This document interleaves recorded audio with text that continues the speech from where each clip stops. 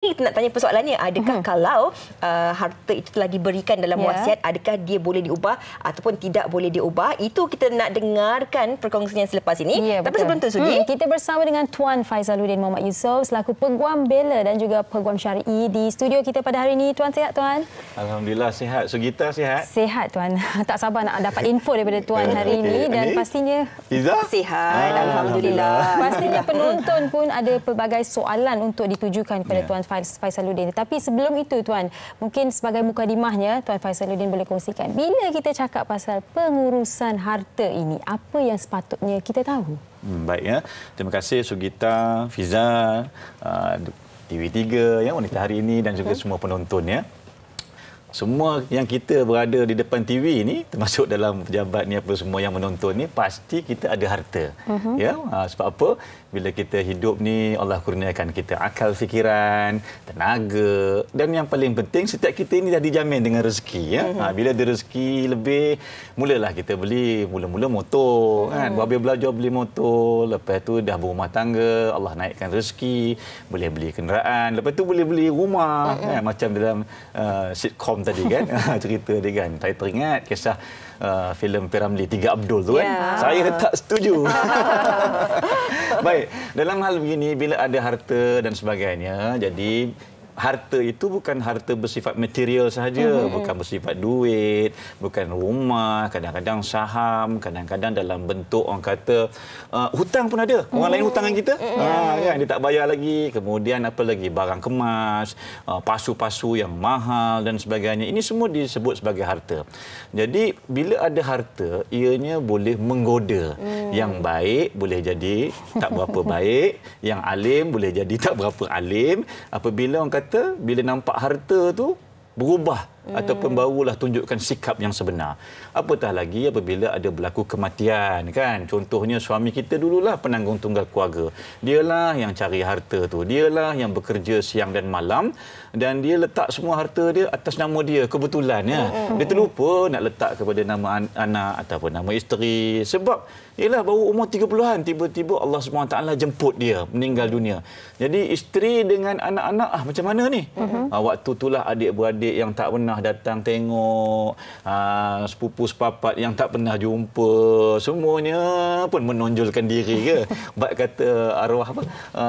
Dulu arti Mr. Oz ya. Oi koma durian dah berbunga kan. Maksud tu pokok durian tu semak samun, tak ada siapa nak datang. Tapi bila dah berbuah, dah ditebas dan sebagainya, berlumba-lumba saudara mara menuntut kata naklah sikit buah durian tu. Begitulah perumpamaan kita hidup di dunia ni.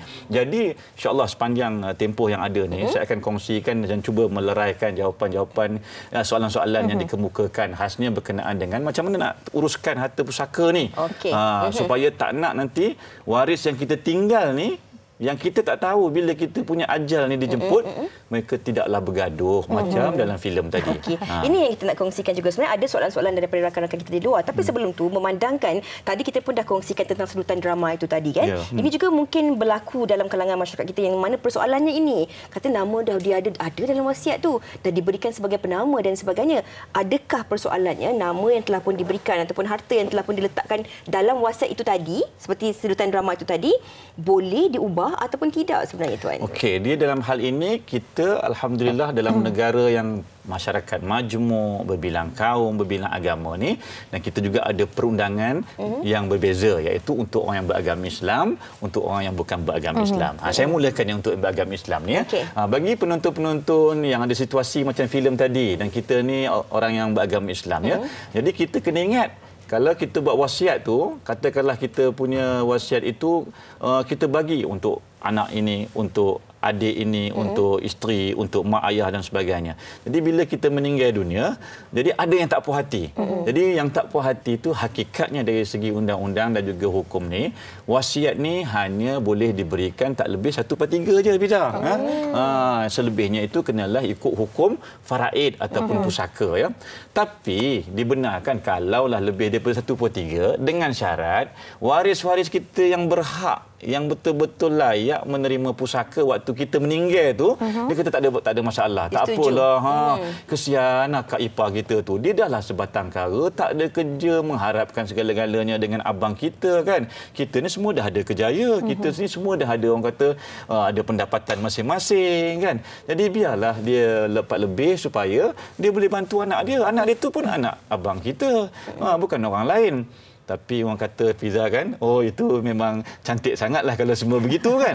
Jadi dalam hal begini, kalau tak puas hati, boleh buat bantahan mengatakan bahawa wasiat yang dibuat secara bertulis oleh si mati itu hanya sah untuk tak lebih 1/3 bahagian saja. Untuk yang bukan beragama Islam, boleh dengan syarat dia ada Wills Act, kena ikutlah akta-akta berkenaan dengan wasiat, dan juga ada dia punya portion dan sebagainya. Tak ada masalah. Orang bukan beragama Islam ni, dia tidak ada halangan seperti orang yang beragama Islam. Jadi Sugita bolehlah. Boleh. Contoh nak bagi semua kat saya. Kalau beragama Islam kita lebih kepada hukum faraid dan sebagainya. Okey. Ada soalannya. Kami sempat bertanyakan kepada orang ramai apa antara soalan yang mereka ingin tujukan kepada Tuan Faisaluddin. Jadi Tuan, apa kata kita dengarkan dahulu apa soalan mereka. Jom. Silakan.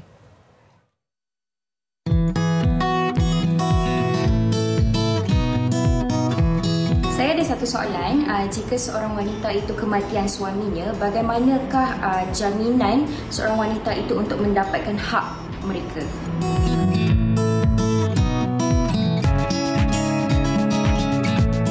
Saya ada satu soalan, bagaimanakah ingin menguruskan harta jika waris tiada, yang terdekat waris tiada? Adakah cucu layak untuk menguruskan harta yang sedia ada?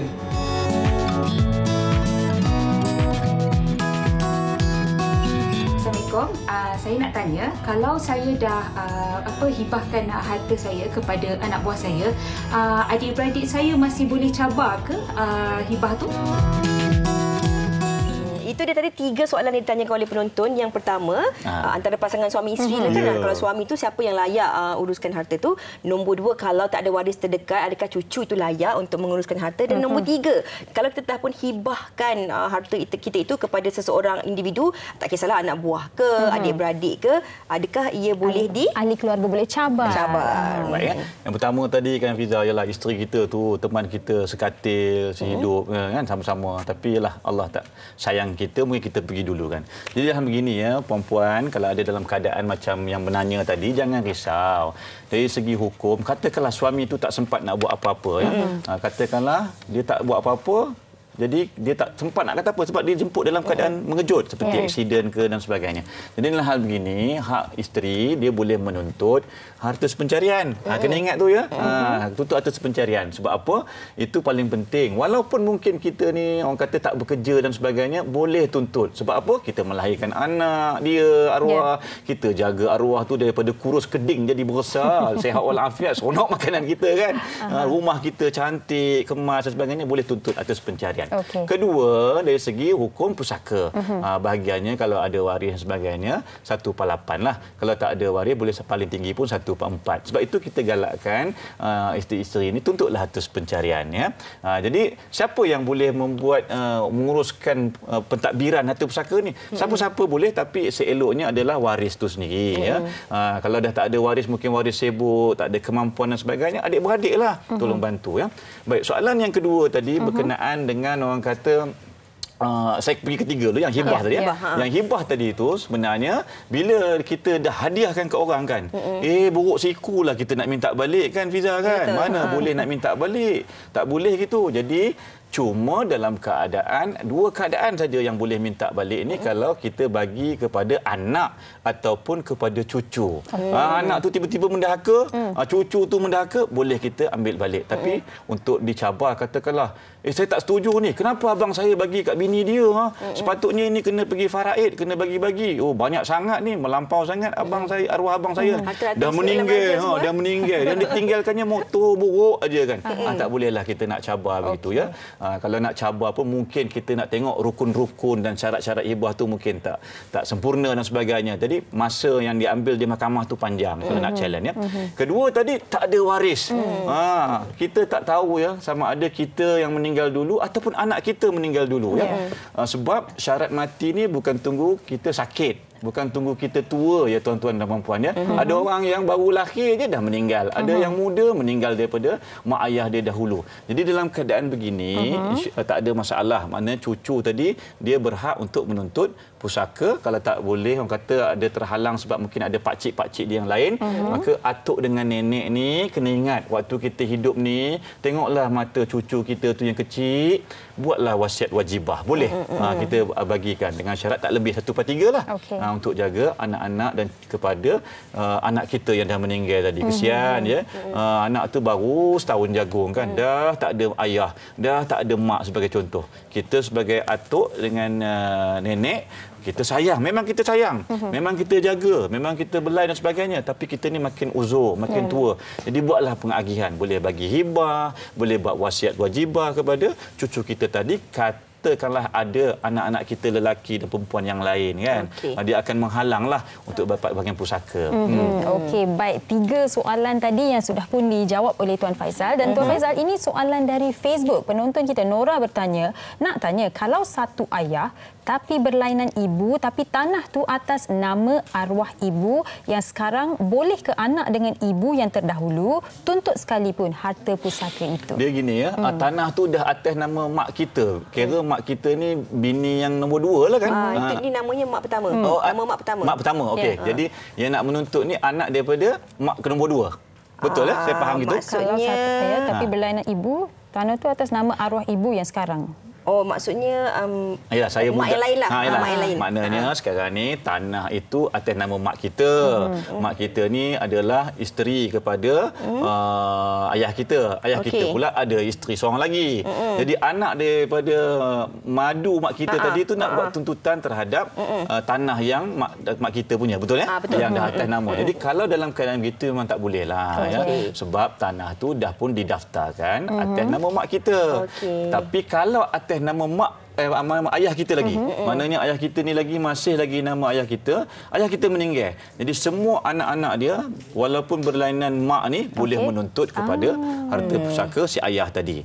Okey, cuma mungkinlah mak kita tadi itu ada dokumen yang menunjukkan bahawa mak kita tu bukan dia menerima secara mutlak. Rupanya dia memegang amanah saja sebagai contoh bagi pihak ayah kita ke dan sebagainya. Maknanya harta itu bukanlah milik mak kita sepenuhnya. Ianya masih lagi milik ayah kita. Jadi kalaulah ada kita punya adik-beradik lain mak ni bawa dokumen keterangan begitu, bolehlah dicabar di mahkamah. Tapi tak bolehlah terus bergaduh mulut dan sebagainya. Kena bawa ke mahkamah. Buktikan di mahkamah. Tetapi Tuan, maksudnya kalau nama individu tertentu itu telah diberikan mungkin oleh si mati sebelum ni atas nama individu tersebut, bermakna hak tanah tersebut, kalau bukan pemegang waris lah, maksudnya memang itu hak individu memang tersebut. Hak individu tersebut ya. Apatah lagi kalau dah tukar nama. Dalam geran tu memang dah sasah nama mak kita dan bukan lagi nama ayah kita. Ini biasa Sugita dan juga Fiza bagi suami-suami, ayah-ayah yang ramai isteri. Okey, ini ada satu lagi soalannya yang lebih kurang macam soalan tadi sebenarnya, tapi situasi yang berbeza. Katanya saya nak tahu macam mana tanah yang telah ditukar nama dari adik-beradik 2 orang yang sepatutnya dapat harta pusaka, tapi setelah ayah meninggal, cek-cek nama ayah tak ada. Tanah tu dulu ayah yang uruskan, tapi sekarang ni hanya nama adik ayah seorang saja. Bila tanya, macam-macam alasan diberi. Mungkin kalau saya boleh tambah sikit Tuan. Situasi ini mungkin juga banyak berlaku dalam kalangan masyarakat kita, yang mana ada dalam kalangan ibu ayah atau nenek kita dulu, anak mungkin 5 orang, tapi dia sebut mulut. Tapi bila tengok dalam geran tanah tu namanya seorang saja. Ini mungkin banyak berlaku kan Tuan? Betul, memang banyak sangat. Sebab ni cerita dulu-dulu. Kita tak jangka anak kita ni bila kita dah tak ada nak bergaduh pula kan. Jadi mungkin waktu hidup dulu, abang ni ayah minta tolong, ayah nak tukar nama sebab ayah tak tahulah bila umur ayah ni kan. Jadi ayah tukarlah nama kepada engkau ni sebab engkau ni anak yang sulung. Tapi dengan syarat, janganlah pula kau buang adik-adik, jaga adik-adik. Tanah ini je tanah yang ayah ada. Jadi nanti bagi adik kau duduk di sini, tapi ayah cakap begitu, tak ada hitam putih. Kalaulah ada bukti yang sebegitu, maknanya adik-beradik yang lain tahu ataupun ada pakcik-pakcik yang dengar sebagainya, bolehlah dibawa ke mahkamah untuk sahkan, untuk dapatkan pengesahan. Tapi urusannya sangat mencabarlah. Sebab saksi mungkin ada yang dah meninggal, tak ada hitam putih dan sebagainya. Jadi dalam hal begini Fiza, bila dah tak ada keterangan untuk menafikan perkara tu, sukarlah nak bawa ya. Cuma peringatan ni kepada yang mendengar ni ya, bila kita tu tadi dah diamanahkan oleh arwah ayah kita dulu ataupun atuk kita begitu. Memang kita je yang tahu sebab waktu tu umur kita 20. Adik-adik kecil lagi, sekolah dan sebagainya. Jadi ingat tu, amanah tu. Amanah itu akan dipersoalkan di akhirat nanti bila kita mati, walaupun mungkin kita boleh berjaya di dunia, katakan tak ada masalah, tak ada bukti, tak ada apa-apa kan. Hasil sawit kita yang ambil, hasil rumah sewa kita yang ambil, walhal dulu masa hidup arwah ayah dah pesan kena jaga adik-beradik yang lain. Jadi itu satu aspek yang berlainan. Tapi dari segi perundangan di dunia ni, maknanya kalau dah tukar nama, dah memang sah-sah nama abang kita ke ataupun kakak kita, yang lain-lain nak tuntut sukar, melainkan ada bukti-bukti, ada keterangan-keterangan menunjukkan bahawa dia pegang tanah itu atas nama dia sebagai pemegang amanah ataupun sebagai orang kata untuk kepentingan adik-beradik yang lain. Bolehlah kita lawan. Okey. Tuan, situasi yang lebih kurang sama ini juga. Kadang-kadang kan ada dalam kalangan individu tu mungkin namanya ada individu tertentu dah di dalam surat geran tanah. Tetapi contoh yang mempunyai nama dalam geran pun mungkin dah meninggal dunia, mempunyai waris-waris ataupun waris-waris yang boleh dituntut yang berhak dapat. Tapi ada pula ahli keluarga yang lain ini pula ingin turut menuntut. Kalau katalah ahli keluarga tu ingin memberi kepada mereka ini, adakah perlu diberikan ikut faraid ataupun sebenarnya boleh memberi seikhlas hati kepada ahli keluarga yang jauh ni, mungkin makcik, pakcik macam tu. Okey. Nak bagi kepada orang lain, waris yang lain, boleh dengan syarat memang kita pemilik harta tu. Nama dalam geran tu memang nama kita, Fiza ya. Contoh nama saya. Saya nak bagi kepada persatuan anak yatim ke, nak bagi kepada anak angkat ke, memang itu tujuannya. Ataupun lagi itu terpulang kepada saya sebab memang tanah itu milik saya. Ini tak ada masalah, tak ada halangan.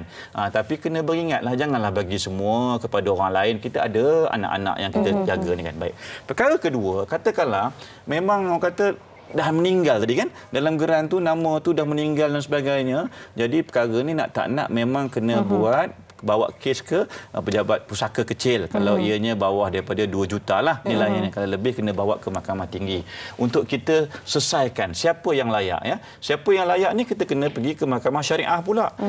Nak tentukan siapa sebenarnya waris sebenar yang layak untuk menuntut pusaka tu. Daripada situlah baru kita tahu sama ada yang tiba-tiba muncul tu layak ke tidak kan. Sama ada rupanya ingatkan kita bertiga je yang layak ni, rupanya ada lagi yang lain-lain yang kita tak tahu. Kita kena bagi juga kepada dia sebab itu hak dia. Jadi dalam hal begini, kalaulah kita dah dapat bahagian kita, kemudian kita rasa tak payahlah. Bila dah dipecah-pecah-pecahkan kita punya bahagian tu, contoh 20/1000. Kecilnya. Semaknya 2-3 kaki. Nak tanam apa? Pokok ubi. Pokok keladi. Baiklah kita dengan seikhlas hati. Walaupun kita tahu tanah itu di Kuala Lumpur. Walaupun kita tahu tanah itu sangat nilai yang tingginya. Tapi amal jariah kita ni kita sedekahkan bagi inilah. Nampak sangat makcik ni memang dia jaga kebun ni, makcik lah yang ni, saya ada kerja lain, tak apalah makcik, dengan rela hati seikhlasnya tanpa apa-apa balasan sebab saya sayang makcik nak jaga ukhuwah ni, bagilah tanah ni kepada bahagian ni, besar saya ni, bahagian saya, jangan pula bahagian orang lain. Tak boleh lah pula. Tak boleh bagikan orang lain punya ya. Tak boleh, jangan Fiza. Baik, dan di awal tadi Tuan Faizaluddin ada berkata mengatakan mengenai hutang. Macam mana pula Tuan kalau si mati tu ada hutang yang tak diselesaikan, lepas tu waris pula tak tahu yang si mati tu ada hutang pun dalam situasi ni, lepas tu tak ada harta lagi. Macam mana dalam situasi ni? Soalannya harta tu perlu difaraid ke Tuan? Harta tadi memang kena difaraid kan ikut usaha. Okey, baik.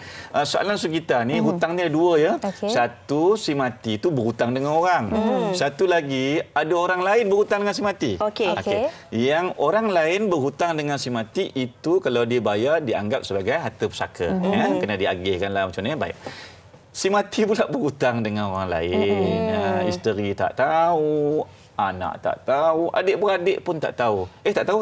Tapi tak nak bayarlah, tak tahu. sekali tunjukkan ada dokumen, rupanya memang betul arwah ni ada buat pinjaman peribadi. Contohnya, kemudian mungkin kalau tak ada dokumen, kawan dia tunjukkan ni, saya buat bank statement, ada bank, saya transfer, sebagainya. Ada WhatsApp conversation sebagai contoh, ada perbualan telefon. Jadi kita pun tak boleh nak menafikan. Dalam hal begini, kena ingat ya, kita sebagai waris yang hidup ni, walaupun tak ada sekupang kata orang tempat saya yang ditinggalkan oleh si mati ni untuk diagih kepada waris, menjadi tanggungjawab kita lah ya untuk membantu menjelaskan apa-apa hutang si mati tadi. Tapi katakanlah memang kita tak mampu, bagi tahulah kepada kreditor yang nuntut. Suami saya ni tak ada apa ditinggal, tuan tengoklah. Pak cik tengoklah tu apa yang ada ni. Ini pun rumah sewa. Kereta pun dah kena tarik, tak ada apa-apa dah ni kan. Okeylah, dengan korang ni tak apalah, kami halalkan sebagai contoh kan. Tapi kalau nak dengan isteri dia tak mampu, mungkin pergi kepada adik-beradik yang lain yang mampu. Tak boleh bayar semua, bayar sedikit. Tak boleh bayar sekali, bayar ansur-ansur ya, supaya kita boleh bantu si mati tadi. Jadi kalau kita ni pemiutang pula ya, kita tahu arwah dah meninggal.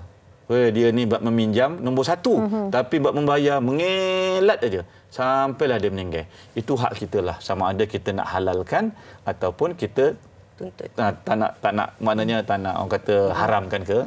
Kau matilah, yang penting aku tak halalkan sebagai. Biasalah orang kita tu gitu kita. Tapi ini nasihat saya lah sebagai seorang yang orang kata kita ni beragama Islam. Banyak macam mana pun harta tu memang usaha kita. Rezeki itu memang betul usaha, tapi Allah yang bagi. Jadi mungkin kita dah bagi pinjam kat dia tu, dah bukan rezeki kita. Jadi dalam hal begini, lebih baik daripada kita tak halalkan, kita halalkan pinjaman itu, mudah-mudahan Allah tambahkan lagi rezeki kita, nikmat kita. Mungkin bukan dalam bentuk duit, kesihatan, umur yang panjang, ramai pasangan, kenalan, klien dan sebagainya. Okey. Tuan, itulah tadi soalannya. Dia bertanya kalau harta tu kena faraidkan, tapi kalau hutang tu kita faraid. Betul juga. Bab harta semua munculkan diri kan. Tapi nanti. Harta ni sebenarnya ada orang lain yang punya. Ni orang nuntut hutang. Ya ke hutang? Bila dah hutang banyak, hutang tu lagi banyak daripada nilai harta, masing-masing menjauhkan diri. Itu biasa. Hakikatnya tak bolehlah faraid.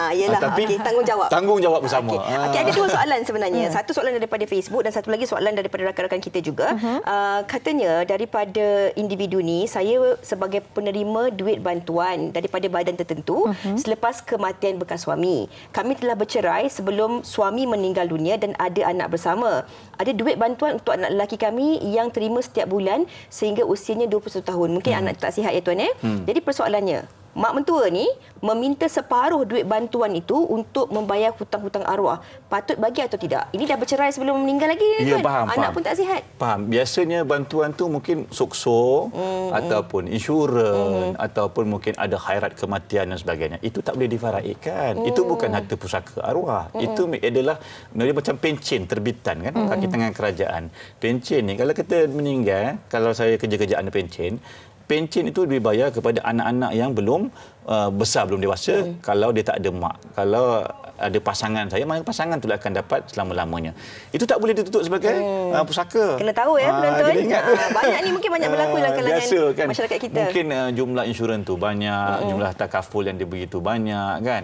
Jadi dalam keadaan ini tak boleh tuntut sebab itu memang bukan pusaka. Dia dalam hal begini memang betul. Cumanya dalam hal begini mungkinlah yang jadi isu sebab mak kepada cucu kita tu dah berpisah lama dengan anak kita. Jadi dalam hal begini macam dia ni kita ingat kan duit tu sebenarnya digunakan untuk kebajikan cucu kita.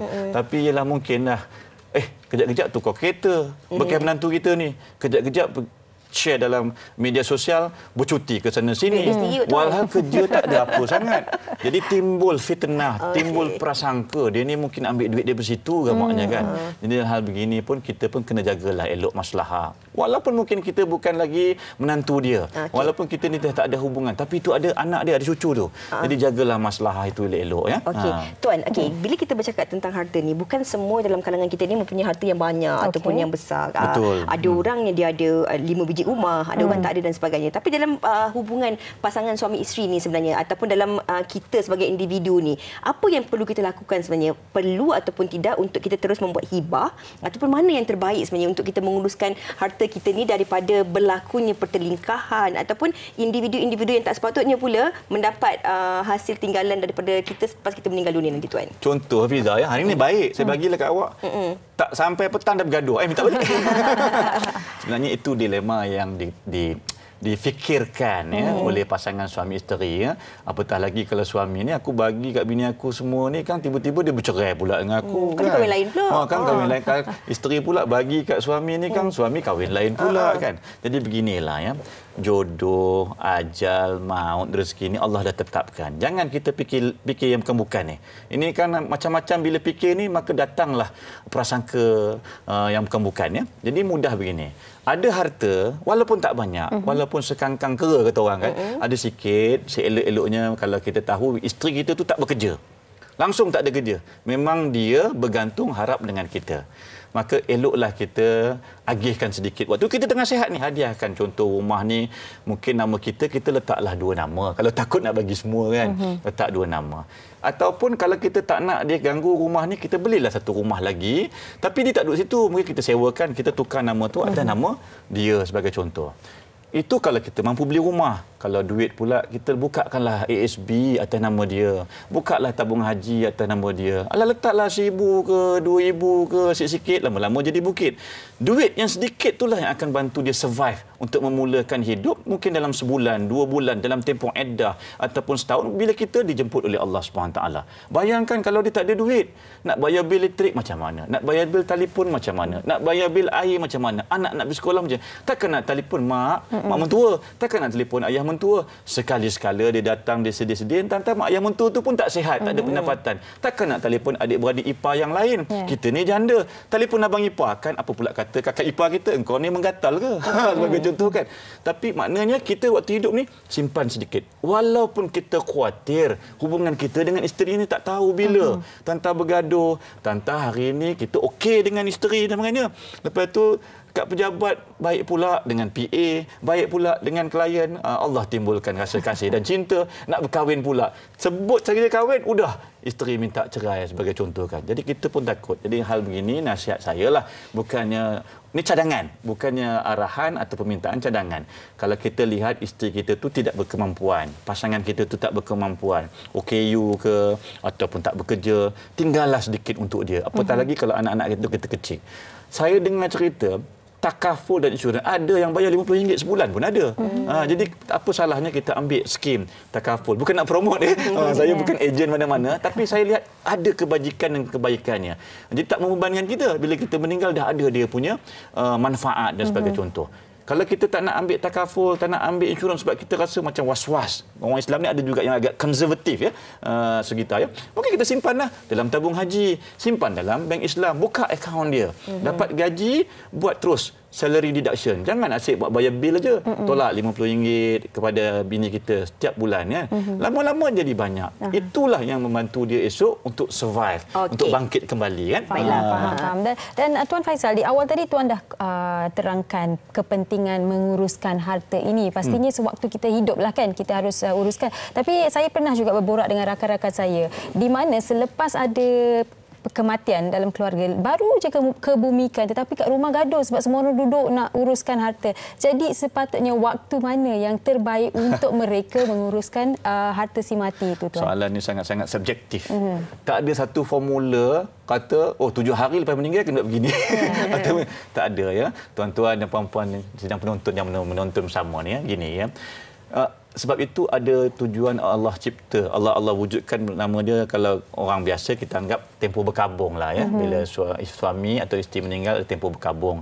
Kalau orang Islam pula kita ada tempoh iddah kematian kan. Tujuannya kenapa? Pasangan yang ditinggalkan tu, anak yang ditinggalkan tu, dia akan merasai satu kehilangan yang amat dahsyat. Saya belum lagi merasainya sebab mak ayah saya ada lagi. Tapi saya lihat mak mertua saya dengan ayah mertua saya yang dah kehilangan anak bongsu dia. Ya, aksiden ya. Anak adik ipar saya lah.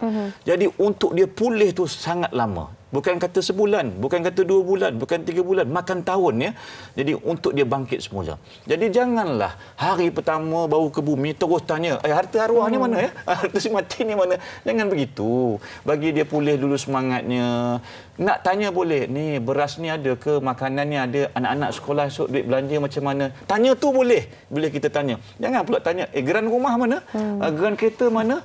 Ni hari tu dengar cerita arwah lu ada masuk dalam saham tu. Jangan begitu. Bagi tempoh bertenang. Tapi jangan biarkan lama-lama. Sebab kita khawatir waris yang ada pada hari tu tiba-tiba dia pula meninggal esok. Dah jadi sukar. Jadi banyak ya. Daripada orang 5 yang layak dah jadi 10, dah jadi 20, dah jadi 30, dah ramai. Bila dah susahlah kita nak dapatkan kesepakatan.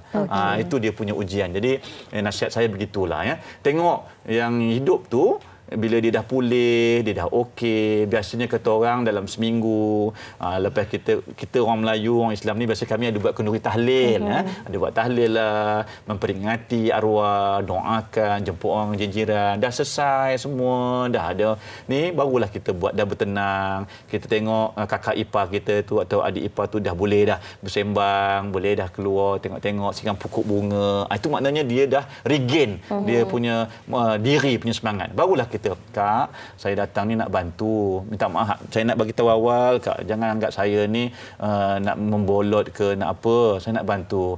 Akak macam mana? Akak dah uruskan ke pasal harta pusaka abang tadi? Kalau akak nak minta bantuan saya boleh bantukan. Contoh akak nak minta saya ke sana ke sini, saya boleh bantu. Betul, tak apalah, nanti akak tengah uruskan juga ni. Nanti kalau akak perlukan nikmat kau, nanti akak telefon ya. Begitu sepatutnya. Mesti dalam keadaan harmoni, keadaan yang kata untuk menjaga silaturahim.